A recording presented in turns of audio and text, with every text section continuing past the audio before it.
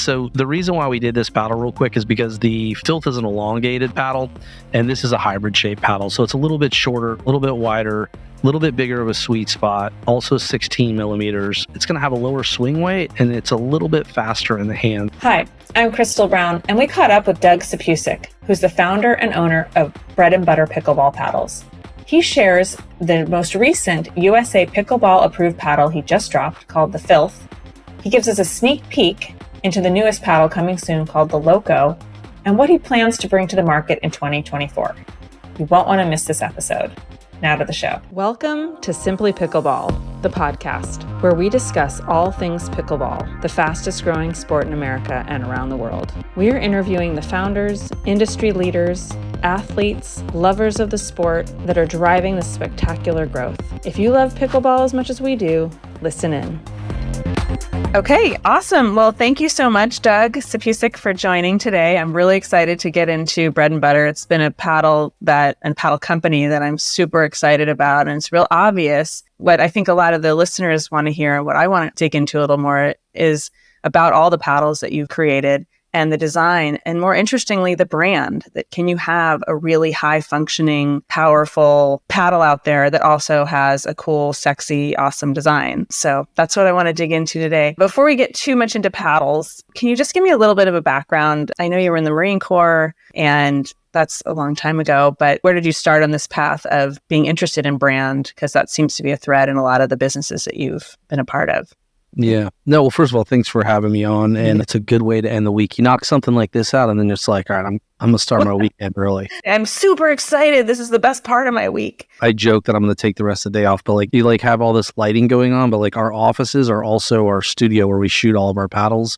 And we have a new paddle that we're dropping. You'll see that shot that's back there was our last shot that we did. And we just had the film guy here that I use, buddy of mine named Leo Cuomo, and we sat around and shot stuff for the last 2.5 hours. So as soon as this is done, product photography, launch graphics, updating the website, pushing everything. Oh, okay. Well, we're going to get to that. So don't spoil yet that new paddle drop. Back to just to simply answer your question, history, how we started doing all this, where this all came from. Probably is one of those teenagers that, I wouldn't say probably, but my parents don't get online that much, but if they were to watch us, they'd laugh if they heard me say that I probably didn't get along with them that well. I was a tough pain in the butt kid. So I wanted to get out of my house as quickly as possible after high school. And that's why I joined the Marine Corps. And it's no secret is it was I wanted independence. I wanted to do my own thing. My mom always jokes that I said, and I probably did say this, is screw you, I'm joining the Marine Corps. I want to control my own life. I don't want anybody looking over my shoulder and telling me what I can and can't do. And so I joined early, ended up working in an administrative field. They call that a POG in the Marine Corps. So I basically ended up doing a bunch of administration stuff and basically making sure people got paid and all that. So I very quickly learned a bunch of administrative skills that I didn't have, but also learned that I don't like administrative stuff. I'm okay at it and I can knock it out. But as I got into my future, I realized that I have to hire that stuff out and have an organized person to take care of the messes that I'm making or the businesses. Yeah. But sometimes when you do a job like that, it's good because you know what you're looking for when you need someone to help you. 100%. And whenever you start one of these startups like that, you're doing it all. You're doing the marketing, you're doing the social, you're doing all that stuff. And if I didn't have the previous experience that I had, I probably would have waited before I started hiring people to take care of that stuff because I've had that experience. That stuff got handled really quickly and I'm no longer having to deal with I only did it for the first 6 months and that's boom, done. Yeah. All that. So when you were younger though, I think I've heard you mention before that you're interested in brand and design and maybe something, I don't know whether you skateboarded or surfed or, there's a lot of brands that are really cool in that space. Yeah, I was a Z Cavaricci's kid / that I don't know if I don't even know. I don't know if you're old enough to know what Z Cavaricci's are, but just think I don't know if it's an age thing. I just don't know what it is. Okay, well, yeah. So Z Cavaricci's were they became popular right around Can't Touch This. MC Hammer came out, and they're these these super designer pants that flared out. They're absolutely ridiculous. Imagine skinny jeans at the bottom, and then Oh, yeah. Okay. I just didn't know what they were called. But obviously, if you just said MC Hammer pants, that's easier. Yeah. Of course, I know what those are. Yeah. These were just more expensive, though. I remember 1993, 94, they were probably like $150 a pair, and you could pick them up at like merry-go-round, right? So like I was always into like fashion stuff, and then I skateboarded. I've always been into like the surfing, the skating thing, and it's Florida lifestyle. There's a lot of like, laid back stuff that goes on, the fishing and surfing, skating, all the stuff that I mentioned. So I've always been into that, but I also was like super into things. And, my wife still gets mad at me to this day. She's like, you buy so much shit and like you're not even using half of it. And sometimes like I buy stuff just because I want to see like, it may be a brand where I see something and I'm like, hey, I can afford to do it these days, but I will buy something to see if I think the packaging is like off the chain and really good.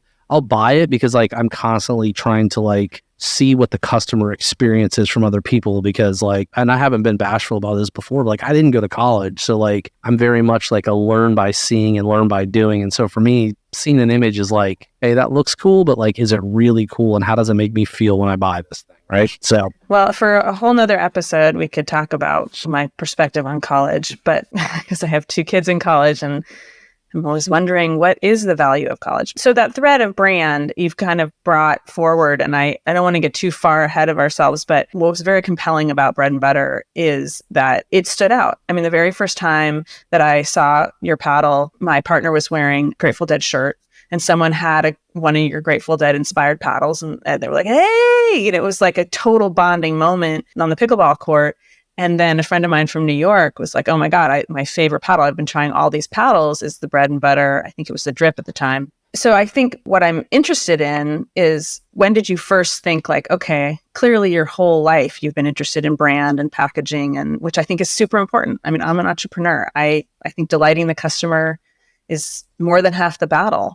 But right. Why pickleball? Like, why did you think, because you could do other things. There's a lot of other things you can put your packaging, awesome branding on. Yeah, no, I had an outdoor blanket company in the works. I own the URL, so I'll say, but I had a brand spun up called Driftist. And I really like outdoors camping, fly fishing, stuff like that. Like I love doing that stuff. And so I know a lot of people in the outdoors industry. Why the pickleball though? Like, why did I not execute on Driftist? And why did I decide to execute on Bread and Butter? And it really comes down to Richard, who was an old employee of mine from my previous brand, Hoorag. We manufacture tubular bandanas and had grown that company. And Richard had been an in-house designer for us. And we always had like a good relationship when he worked there. In fact, he wanted to leave and go do his own thing. And I encouraged him. I was like, dude, like, you're a super talented guy. And like, I will never tell. I've had employees that wanted to leave. And I'm like, man, I really don't want this person to leave. And I've had employees leave that I'm like, thank God they're gone. But like, he was one of those guys where I was like, man, like, I don't want you to leave, but I'm not going to tell you no. In fact, if people want to look, you can go to slackertide.com. And that's Richard Blanco's brand. And he does like a lot of kind of pivoted from fishing to like golf. And believe it or not, those 2 industries are actually really tightly connected. Interesting. Especially on the higher end fishing with the fly fishing and stuff like that. It's like a kind of like, they're both kind of like elitist outdoor hobbies. So that URL, Slackertide, I actually owned that URL. It was my name that I had. And when he left, he'd come to me and said, hey, do you care if I take the Slackertide name? And I've always liked it. And I was like, dude, run with it. He came to me with Bread and Butter. He basically had this pitch deck and said, like, I don't know if you know, pickleball's blowing up. And I'm like, yeah, I've seen, it's like crazy all over the place. And he said, have you been playing? And I was like, not really, a little bit. And I was like, my mom's like OG, been playing forever. And I was like, I've played with her and I've gone a couple times locally, and I got a friend that has a court, and like, it's fun. And he was like, well, do you want to do it? And I was like, I love the brand. He had the whole deck. It was all designed, to be clear, like he had the whole thing designed up. Even the name, he had the name. Yeah, everything. It wasn't where it was right now, but the fundamental pillars of the brand were there. And I can't remember if he actually had like the website graphics and like the core branding pillars, like all the like the colorways and all that totally selected. Yeah. I don't think it was, but it was very close. It wasn't totally done now that I think about it. Him and I, in like a matter of 3 weeks, had like everything done. Like site, graphics, initial designs on the paddles. And, you know, things slowly pivot and we change a little bit here and more from things. But like, yeah, he's a super talented dude. And that's like... So you could kind of see the vision of this paddle company. Was it you, or maybe it was him or a partner, try to figure out exactly what the paddle was going to be constructed like, because you have experience working with Asia and manufacturing, it sounds like. But paddle construction, you have to think about why you're making it a certain way, whether, there's a lot of different paddles out there. So you had to come up with something in the beginning with your first paddle, which was the spear, right?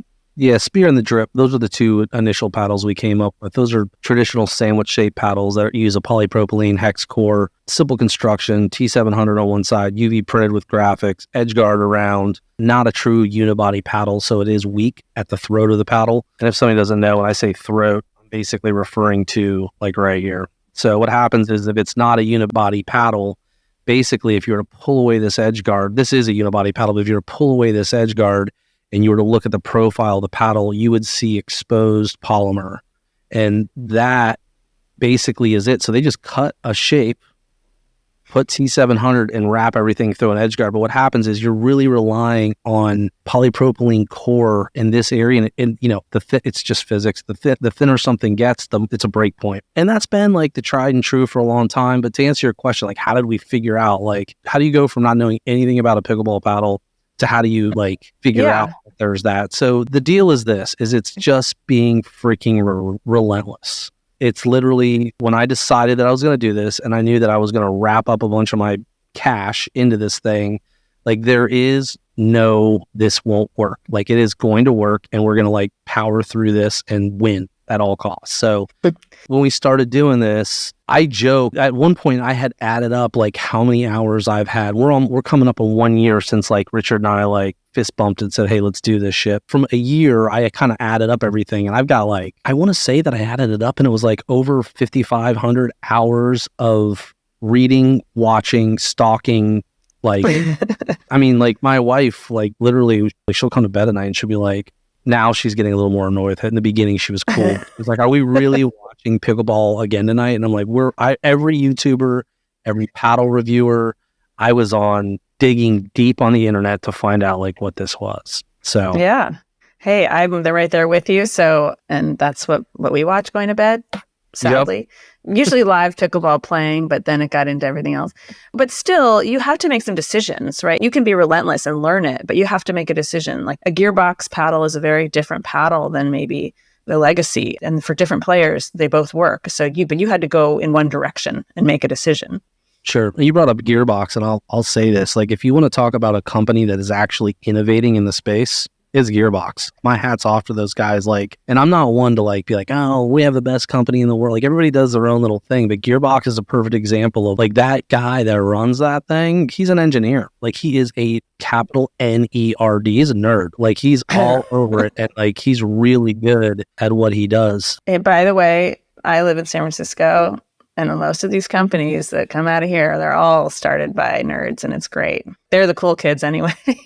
Yeah. No, for sure. And that's why I have nothing but good to say about, that company in particular. But there's a certain element, and that's why I'll share with you, I can say this now, but he's not going to be full-time right out of the gate. But I have somebody that I've met through the Discord that is a huge nerd that has dedicated a ton of time talking to me, being a sounding board for me to say, hey, what do you think about this? And what do you think about this shape? And what do you think about swing weight and all these things?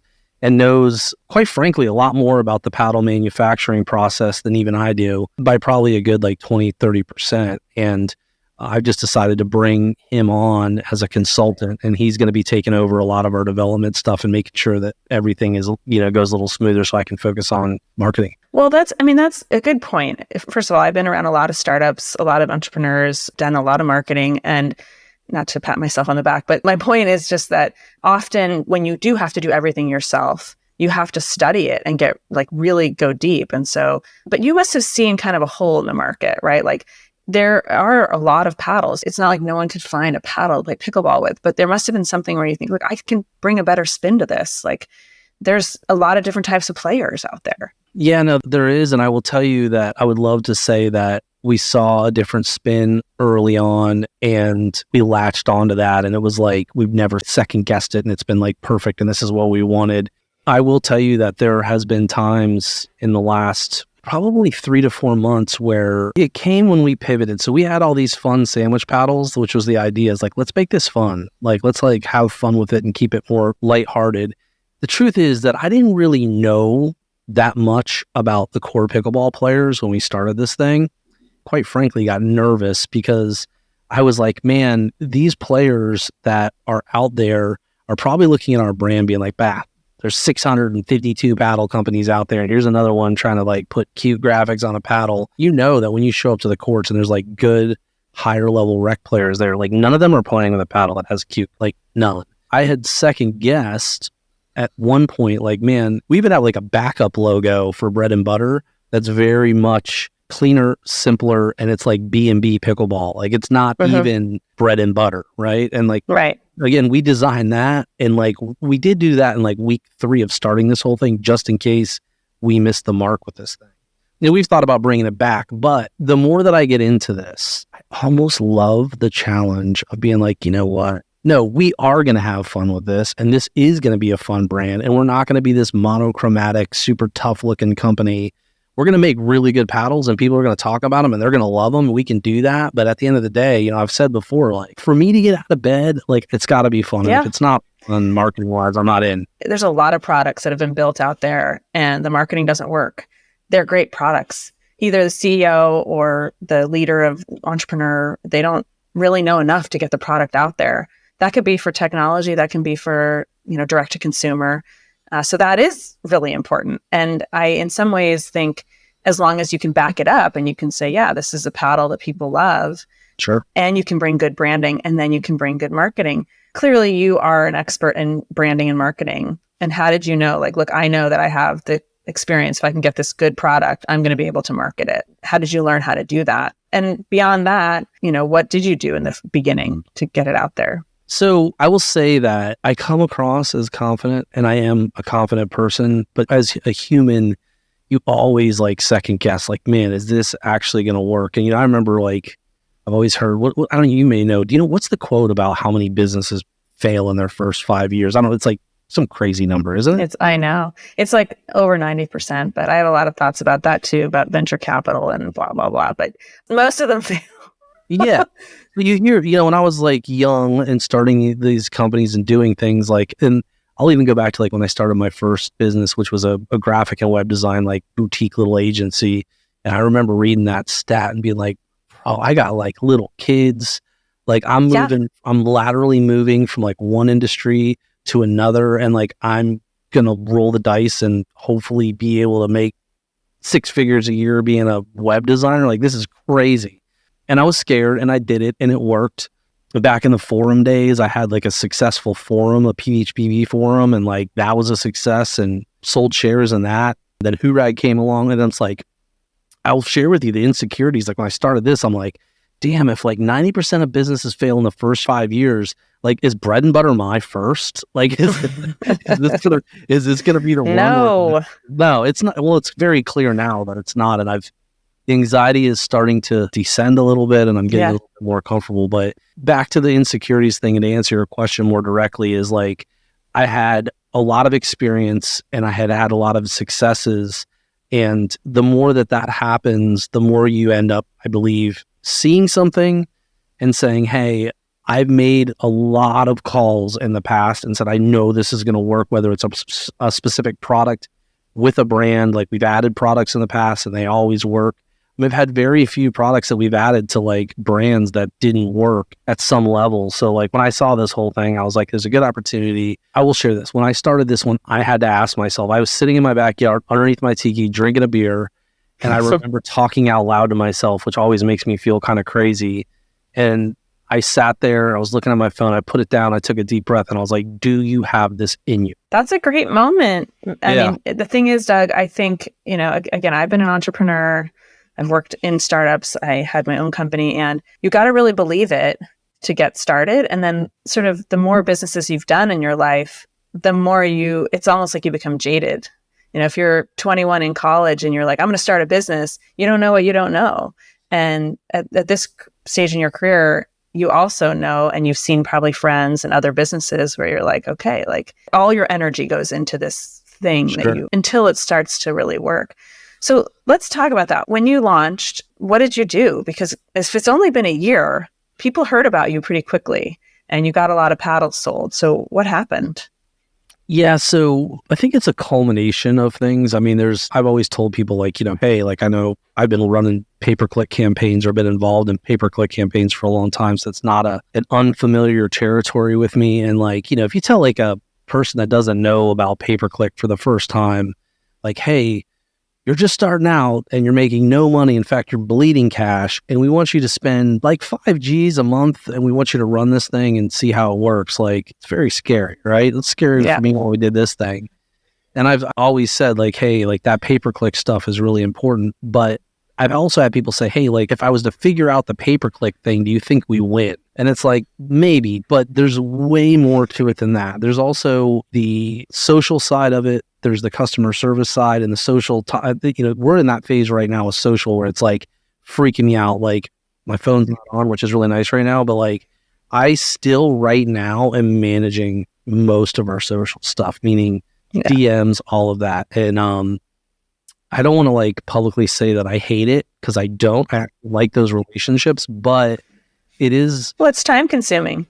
Yeah. It's very time consuming. And when you've ran bigger stuff before and you've gone through, it's not your first rodeo and you get messages. If you're a neophyte to something, you're like, oh, maybe I should respond to this person. I can vet someone on social media, whether we want to work with them in 35 seconds. Like it's like I have a little sequence of things that I do and it's either a yes or a no. And so, you get pitched all these things. But point is like, it's a combination. It's social. It's pay-per-click. It's actually having a brand that people are going to resonate with. There's also relationship building that goes on with facilities and other things, finding out the who's who of pickleball and choosing who you want to work with. And it's overwhelming because all those decisions that go on, you're still trying to bring out new products. You're still trying to grow an email list, whether you're using Klaviyo or whatever you're using, making sure that all of your stuff is firing on all cylinders. It is. I know. I mean, it's every startup when you bring a product to market and it's kind of experiments, right? Because some things work and some things don't. You just have to be able to iterate really fast.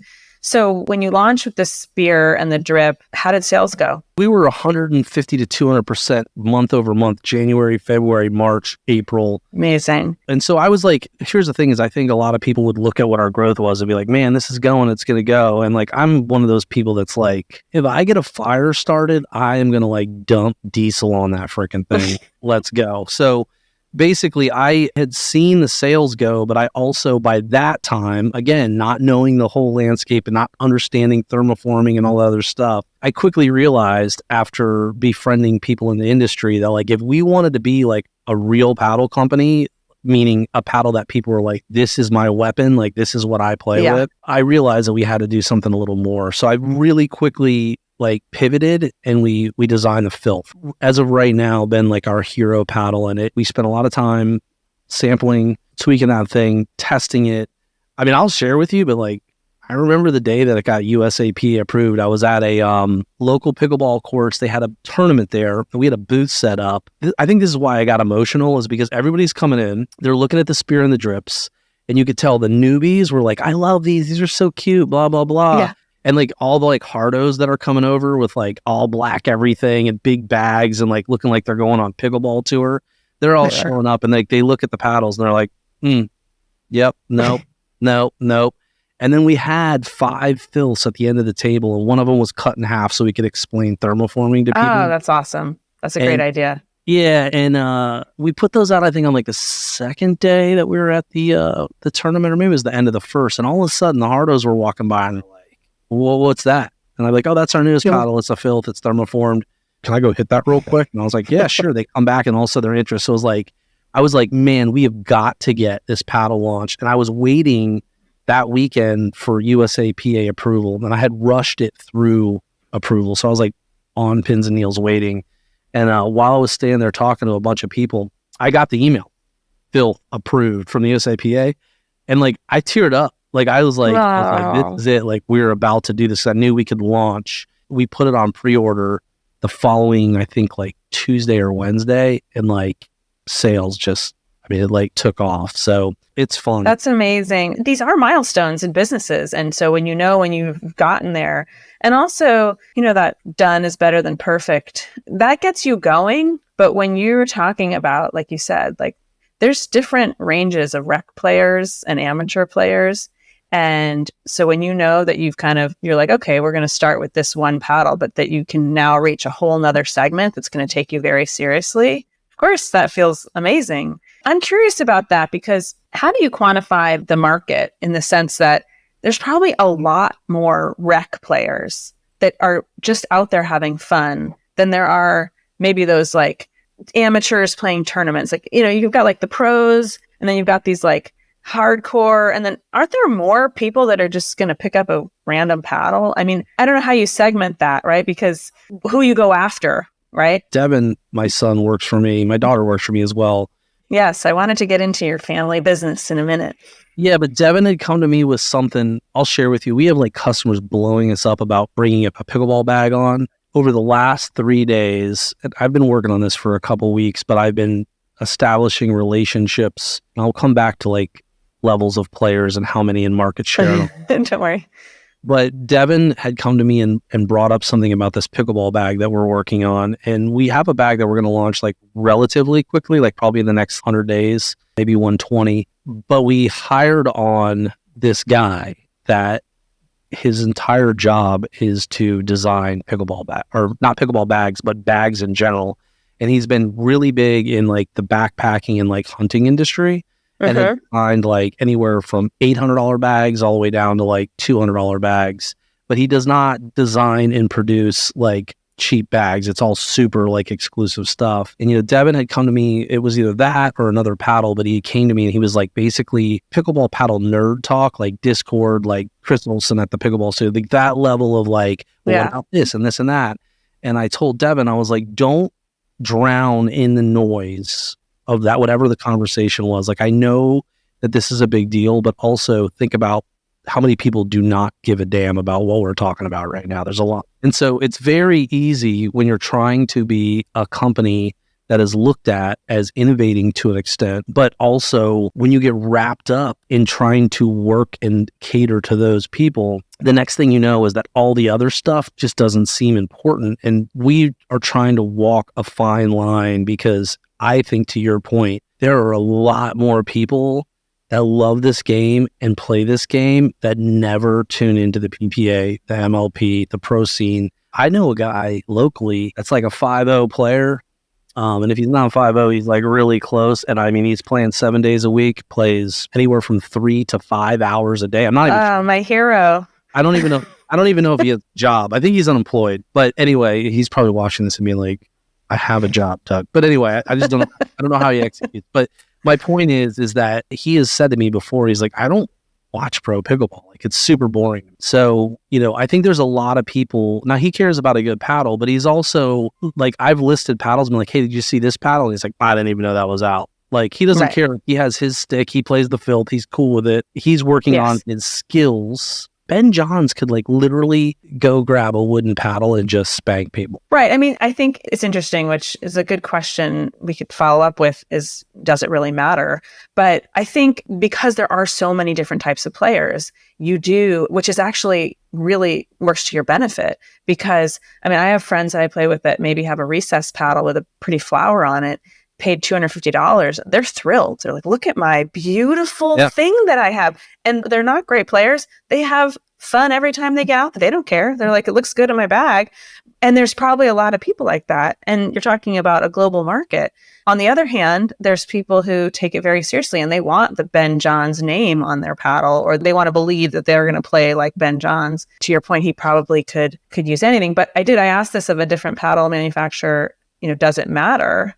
And I've gotten some different answers. So I'm curious what you think. Like, does it matter for the really good player what they play with? In other sports, golf, tennis, like it does matter.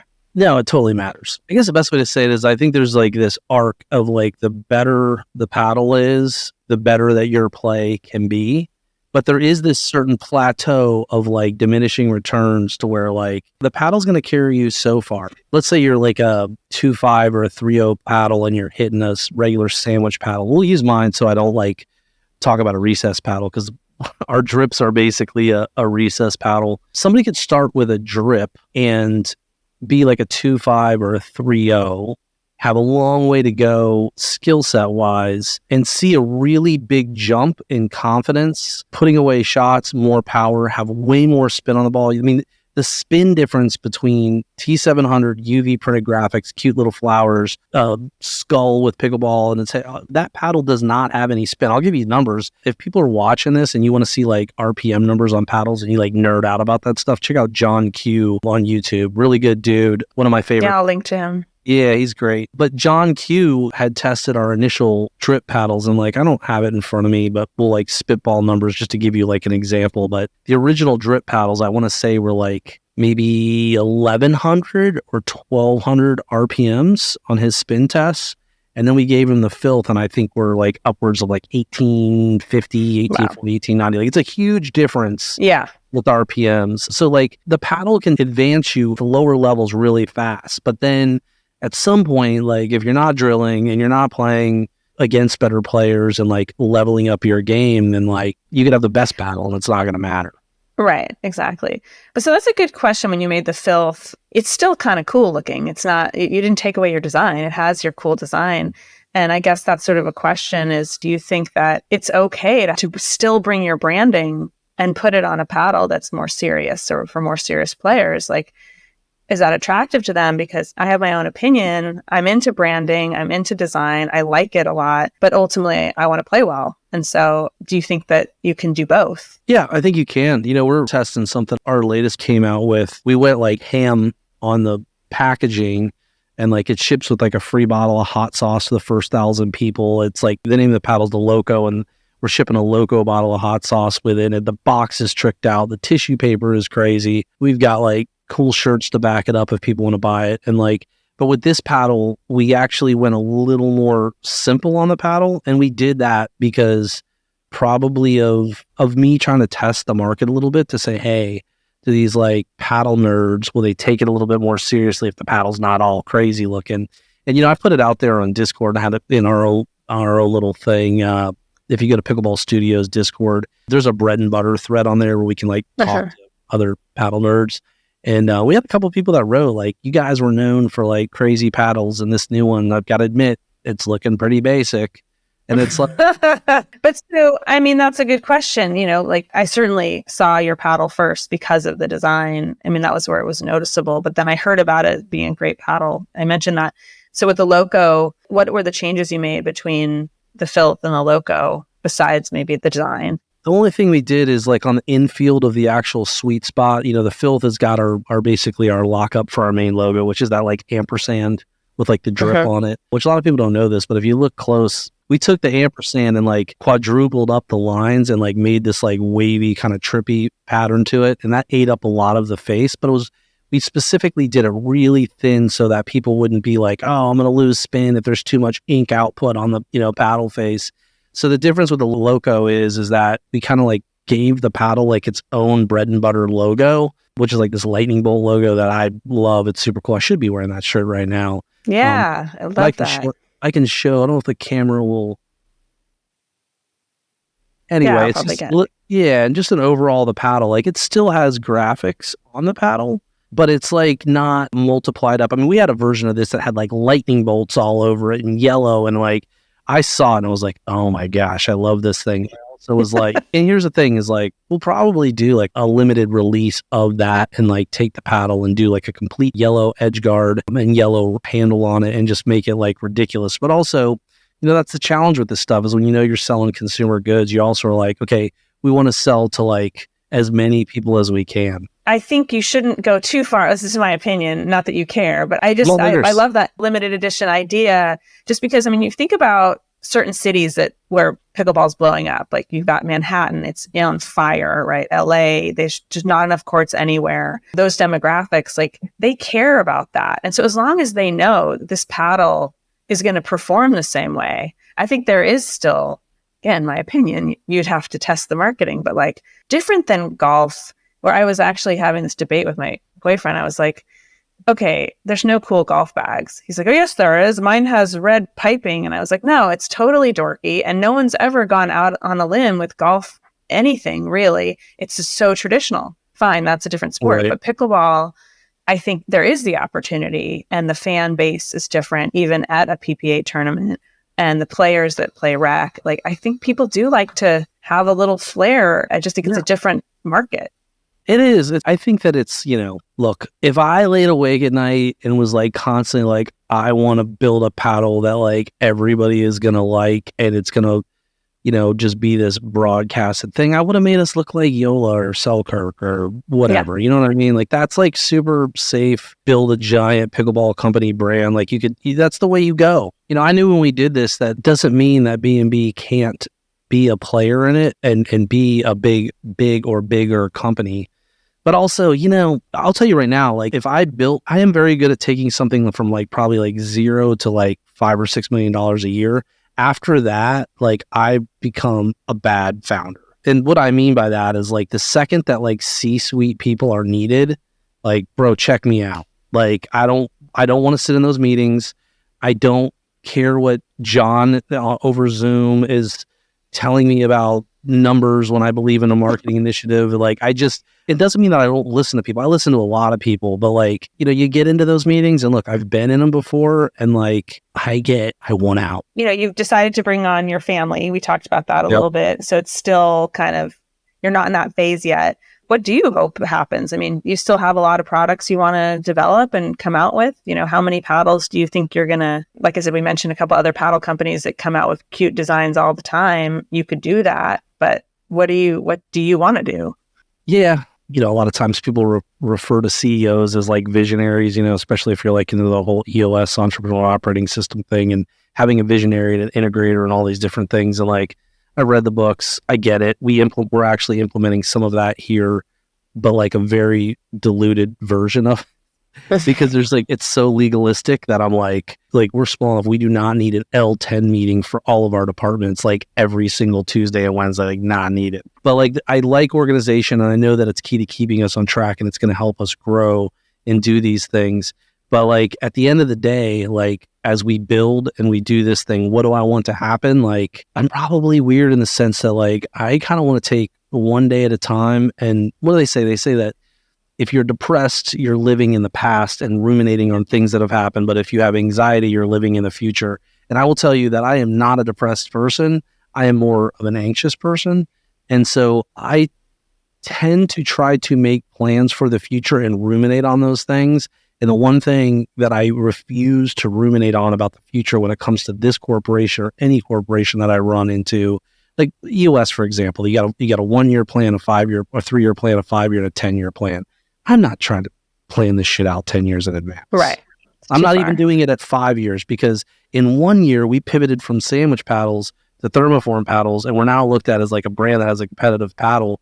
Who knows where this goes? You know what I mean? Right. So I think that's really smart. I see that in other businesses too. Like, I think, I work in AI, and if whatever happened with ChatGPT in January changed the market so any kind of planning anyone had around that space. And I think with pickleball, what's gone on in the past year, where there is Major League, that the main, the TV is actually an option now. It's sort of like the way Live Golf kind of came out, and like they wanted to shake it up a little bit, and then now merging maybe with the PGA. I just think if you tried to plan what was happening with pickleball, it wouldn't be possible anyway. So it's really just more for you. Like, my question is really more, do you want to keep designing paddles? Do you want to there's a lot of other products that people need for pickleball, shoes and bags and hats and shirts. I mean, people are buying a lot of stuff. I know I am. Yeah, I kind of skirt around. I'll answer like what I really want. And I think the thing is like, with my last brand, I had gotten to a point where we had a lot of employees and everything was being handled. And it's no secret, like towards the end of that, like pre-COVID, we had like very stable numbers and things were kind of doing its thing. And like, I wasn't working a whole lot. Like, I was working maybe like 10 hours a week, and I was there for meetings. I made a really good living, and like, I was actually enjoying the fruits of my labor. And like, I'll share, I mean, like if that wouldn't have happened, I don't even know that I would still be married, because my wife and I had like a 4 or 5 year period there where like, I was like, you know what? Like, I do love this chick. Like it was like cool, because we got to actually do things and hang out, went on vacations and saw stuff and like took the family places and stuff. So like, you know, I think what I'm looking for is I'm back in that mode of like, it's all business all the time. And like those relationships tend to like suffer again. Like my wife just got back. She just ran, shout out to Julie. She just ran the Berlin Marathon. She was trying to she was trying to qualify for Boston because she wants to run all the world's 6 of them before she like kind of stops her like crazy running career. She was in the Marine Corps also, right? She's a badass. She is a badass. And she ran, like I wouldn't even fight her. Like she would destroy me. I may be a little bit heavier, but like she's in shape. I'd wind out and be like on the ground sucking air. She was trying to run Berlin because it's the fastest marathon on the planet speed-wise, like flatness and all that. She had to run a 350 and she ran a 326. And her Garmin actually, she had 2 watches and one of them actually said 319 at 27 miles. So I don't really know what she ran. Anyway, point being is trying to tie this all back into like, what do I want? Is I want to be able to travel. I want to be able to be with my family. But before any of that can happen, I know that, again, my job over the next 24, 36 months for this thing to carry on is my job is to bring on and make good staff and hiring decisions. Yeah. And then from there, once that is done, and as that is happening, mentoring people with our voice and our brand and what goes on. The dangerous thing, I think, for us is that, like, and I've never wanted to do this, but B&B is very much like me on the Instagram, me on the YouTube, and like, that freaks me out because, like, once you do that and people think it's you, like, I know some people probably hate me. I think there's some people that like me too. I doubt it. The thing is that, like, if I do want to, like, take a step back one day, if I go away, the question is, who's going to be there that's either as likable or more likable that's going to continue on to keep sales coming, keep the community, the family, the business, and everything together. Well, like you said, I mean, things change as brands get bigger and into different markets, and the face becomes a little different. So I think it's good to stay in the moment. But I think your brand is so compelling because it's very relatable. And when I've done a lot of interviews in the pickleball space, and what everyone keeps coming back to is a sense of community, a sense of connection, a sense of like being welcome no matter who you are and what your background is or what you look like or what you're wearing. And I mean, I'm in San Francisco. Believe me, you see everything on the court, like everything you can imagine. You're seeing the so totally serious player that shows up with their bag, and then you're seeing the like dog walker with like braids coming in, and there's, you know, everyone's having fun. And I think to have a brand that's very relatable also, that doesn't feel like Black Diamond, serious, it's just not for everyone. But I like that you're crossing, it's very unique that you're actually crossing both spaces. You're able to like appeal to the hardcore. I guarantee you a lot of people that play have no idea what Discord is, not to mention what they're talking about on Discord or Reddit for that matter. And then there's the people who are totally immersed. And if you're able to play in both spaces, I think that's pretty good. And then I did want you to mention that you've kind of created a family business, which wasn't what your intention was to begin with, but it happened, right? Yeah. So my kids probably gonna kill me when they see this stuff all up and I talk, like, they're both pretty private people and I'm like, obviously not. But yeah, I've never, like, Aurora, my oldest, worked at Hoorag, but it was a very different scenario in the sense that by that time when she first came on, I think there was like 15 or 18 employees, and she was like over in the shipping department and I was like over in the administrative side of the building. It was a pretty big building. So like, I mean, I literally would go to work and like, I would purposely some days try to swing in her side of the building and like walk through and like look around and be like, give her a hug and be like, hey girl, how you doing, or whatever. I'll tell you this, I have worked for family businesses before and I always hated how unprofessional it was, where like the daughter shows up late or you're like, right. It's definitely got a drinking problem, and like, you know, the dad's just like, wow, what are we gonna do about it? Like, it's family. Like, I would never wanted that to happen. So my point is like, Aurora has worked with me for a long time, but this is very, like, I mean, we're in a big building, but like, it's a friend of mine's building that lets us rent like this space. It's his like private CrossFit gym. And so like, he's like, I don't use this space, I don't use that space. Like, and I'm like, I need a non-toothy lease. Can this work? He's like, yes. So like we're all here in this small building, super cool building, but it's different. We're eating lunch together every day. It's we're kind of talking nice about, though. yeah, but we're talking about like, and I purposely bring them in and like, hey, I want to include you guys in this conversation. I'm thinking about doing this. Like it wasn't supposed to be this, but there was a transition that happened where I ended up taking complete control of the company a few months ago.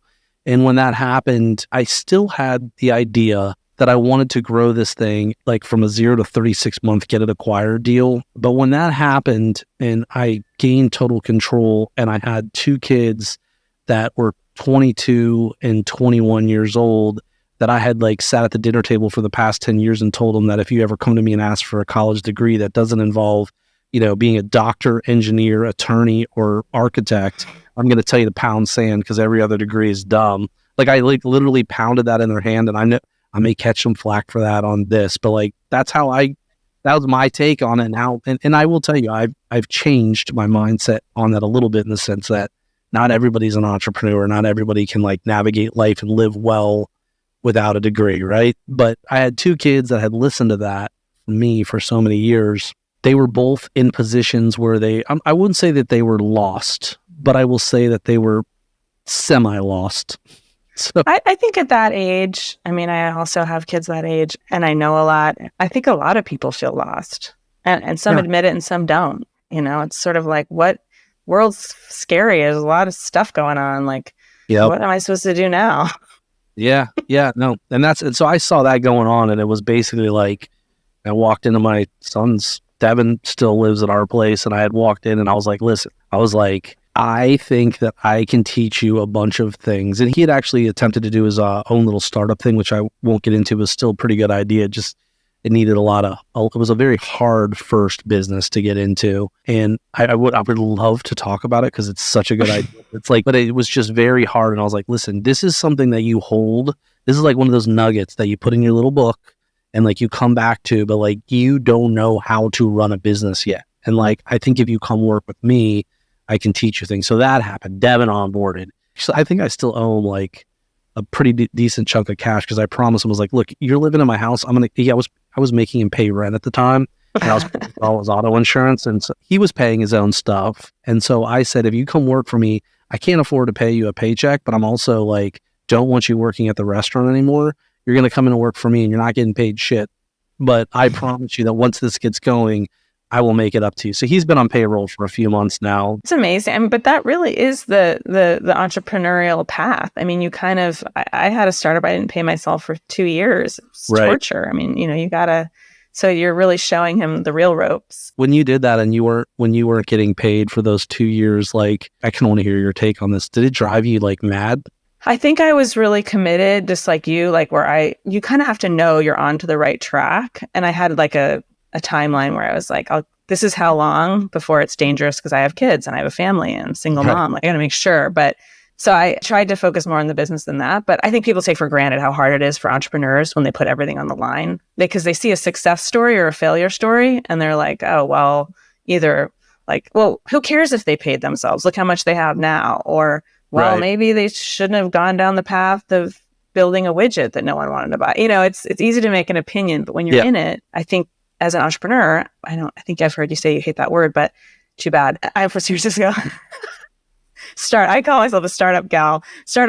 If you're a startup guy, then you need to really believe that you can do something that's better or different than what's been done, or you don't do it, right? Just to clear this up, I know you got that off of another podcast where I said I hate entrepreneurs, but I will tell you that the reason why I say that is not because I don't have respect for people that are going out or doing their own thing or being a sole proprietor. What I hate is because of me being involved in business and algorithm and all that, I get served these like 22-year-old kids that are like renting a friggin' Ferrari on Turo and like running around being like, I'm an entrepreneur. And I'm like, yeah, you're probably living in like a 500 square foot like crack house and like have like you're like putting on a suit and shooting some Instagram stuff and you literally like have 3 clients that you're running like some digital marketing spend behind and making like no money. So that's the only reason I hate that. I feel like, we heard about how you got started. We heard about the filth and the loco.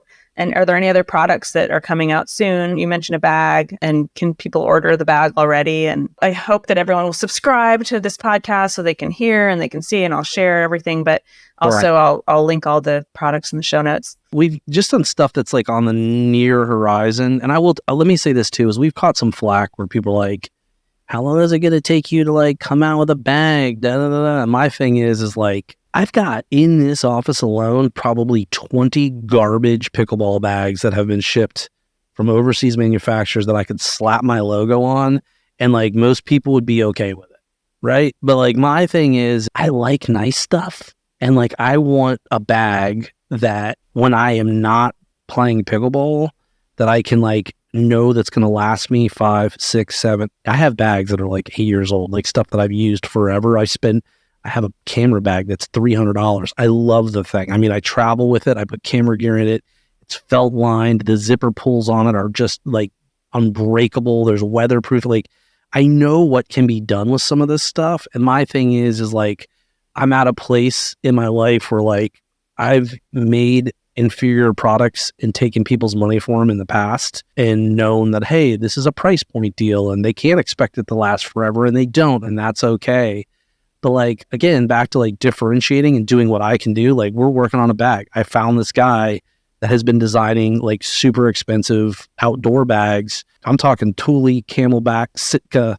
Like I'm talking like huge brands that have built their brands based on gear. And I'm talking bags. And I've been on the phone with him for on and off for a few days. I actually have to call him after this podcast to like get everything started. But he gave me the price of what it was to design this bag. And like, I almost threw up. Like, I was like, is that really what this is? And like, I'm not going to put that number of what it is on the podcast, but like, it would be a really, really good down payment on a house. Like, jeez, just to design the bag? Just to design it. Like, literally, like, because there's 2 to 3 flights that he takes to Asia to be there for the prototyping to ensure everything's done. And then, like, not to mention, you know, I've literally got to ship him a box with every single thing that I want in this pickleball bag. And then he goes into his like mad studio and like starts designing iterations and mocking stuff up and like coming back and like specking out the zipper pulls. Like, I think this is really important, Doug, though I think it's good for the listeners to hear you talk about it this way, and that you've been applying the same theory to your paddles, which is you have a price point in mind, right? Your paddles are at a good price point. And yet your attention to detail and quality is probably far exceeds even the price. I mean, you're still in business. You have to meet them in the middle, but to not want to put your name or your brand on something that's kind of subpar. I mean, that's what it sounds like to me, that you have a lot of attention to detail, because I think there are paddle companies out there that can stick a label on it and don't think very hard about the manufacturing, or they do their best, but it sounds like you've kind of gone that next level with your products. That's again, it goes back to like, I like to buy nice things. And when I buy nice things, like there was a time in my life, I'll use Patagonia, for example. Like I like Patagonia's clothes. And the reason I do is like they stand behind them. And like when I buy them, like I have this footed, like, I don't know, it's like I don't know like what it's actually made out of. It's like a rough, like almost canvas, but a little bit lighter weight. I've had it for like 7 years. And it's like, this time of year when Florida begins to cool off, I get excited because I'm like, I get to bust that thing out and wear it again. Like I spent, I don't know, it was like probably like $150 shirt. But like, I love that thing. And that's my thing, is if we're going to make stuff, let's make stuff that people love, that they want to wear, that they want to use, that they have no buyers. I think just tooting your horn for the one that's the Grateful Dead inspired, or the skeleton inspired. I don't know if it's Grateful Dead inspired, but out here in San Francisco, it is. But I mean, people feel really good with that paddle in their hand. They feel like it's, you know, they're kind of showing off their brand. And I just interviewed a brand out of LA called Rally Club. Another episode's coming out, and they have high-end luxury pickleball wear. And these guys are like old school, like serious designers in LA showing at like fancy stores. And they realize that there is a market for people that really want to, you know, show their interest in style and brand. And what I like that you're sort of marrying with your brand and with pickleball is that it's different than some other sports where people really want to add their kind of flair and their, I think that's a bad word. I don't know. I don't really like that word, but their style or whatever, their swagger. I don't know. Yeah. I don't know. Whatever you want to call it, whatever floats your boat. But yeah, no, it's their own personal identity. It's how they want to look. It's how they want to feel. And I want people to, when they give us money for something, I don't want to go to sleep at night and be like, feel like I tricked them into buying something that's like not great. Like, I want to be like, you know, I've had people like, when people come to me in the course, are like, dude, I bought the field and I love this thing. You want to talk about like dopamine for me? It's like, I really like get off of that. I'm like, man, I'm like, yes, like that's when I know we're doing stuff right. So, you know, circle all back around. Like, we've got a couple paddles that we're working on right now that are, you know, the Loco's getting ready to launch, but I've got two other paddles coming behind that we're trying to drop Q1 and Q2 of 2024. And then we've got, and they may come a little faster depending on like how smoothly things go. And then we've got this bag that we're working on. We are launching another bag. We're very close, I think, to like fixing some of the issues with it that we had. And it is going to be a bag that's not going to be like a $200 bag. It's probably going to be like probably like a $120 bag. It's still going to be very good, maybe as close to or closer to 100. It's going to be very good, but like we're trying to get that done. And then this one that we're starting on, the good bag. I mean, I'll share with you, like, I'd almost rather say it now so you don't blow us up after seeing this, but like that bag is not even going to be, we're starting with this guy like this week or next week on the whole process. That bag won't even be shipping till July of next year. Yeah. So everybody needs to hold their horses and they're going to get their bag, just relax. I think you're putting like I said, you're putting your attention to detail. It means a lot. And then with those paddles that are coming out, are they different for a different purpose or just different designs on the different same materials? Yeah, different materials. I will say I don't want to talk about that, blah, blah, blah. I can give you a little bit of information. There's a different surface material that we're going to use. And then there's also a different core that we're going to use on the paddle, and they're both kind of like simultaneously being worked on. But, you know, the other side of this too is I always think in my head, I'm like, here I am designing other paddles. We have the filth that's amazing. The Loco is going to be amazing. There's part of us too that I'm like, and I'll be transparent. And people, by the way, still really like the drip. Yeah, no, they do. They do. So. They do. That paddle, yeah. Let's talk about that real quick. And this is a good like kind of segue into one of the reasons why those two lines will not go away. And this is a huge, talking about pickleball as a business and culture and what I see going on,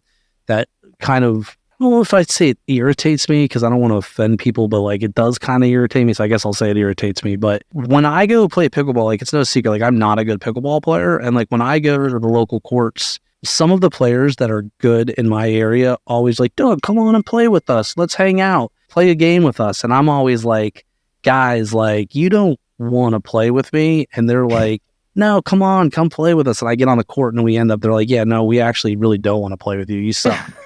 And I'm like, yeah, I know I do. Like, that's why I told you I didn't even want to do this in the first place. But the thing is, the only reason that they want to play with me is because like we're in Vero Beach, I own Bread and Butter Pickleball, and they think it's cool that like the owner's out there and I'm going to play pickleball with them. Then they get severely disappointed that I'm terrible at the game. My point is though, is those same guys will play with me because of that. But if a new player comes on the court and you know what they look like, they show up with like the Amazon paddle, it's got like a cute design or a crazy totally on it or whatever, and they walk on and they like don't have a bag. They typically have like a bottle of water and like they're wearing running shoes, and you're thinking, man, they're going to roll their ankle and hurt themselves. Like all of these things, like easy to identify them. Those guys will see them walk on the court, and what does everyone do? They're like, and they like walk away. They're like, I'm not messing with this person. And here's the thing, I get that. People want competitive play. They want to go there. They want to work out. They want to get better. And I understand that. I think the problem is, and this is why I never want to stop selling the drip and the spear, is because those cool designs that we have bring new players into the game. Yes. For me, that is all we have as a pickleball community to ensure the growth of the sport. Because the second that new people stop showing up, resources, money, investments, and everything stops for the entire industry. So I encourage you 4-0 to 5, or even 3-5s to 5-0 players. I would encourage you guys to every time you go to court, if you can, take, how long does one game take? Especially if you're going to like whoop these guys, like take 15 minutes, play with them, show them that like, hey, you guys are using outdoor balls. Like, this is a 40-hole outdoor ball. This is what you need to be using. Like, if I said they're using indoor balls, but like, or they're stepping into the kitchen all the time. Like all these little things are like, they have a bad serve or they're coming over their waist with the serve and it's illegal. Like, teach these people and make them feel welcome, because when I have traveled and I don't wear bread and butter or anything, and I just like go to play somewhere, I don't want anybody to know who I am, like I'll go in there and play, and like people are kind of freaking rude. It depends. I mean, I would just say what you're saying is really important, right? We as a community want the sport to continue to grow for so many reasons, and that there are so many people. Even, I go to a place in San Francisco and you've got all different levels.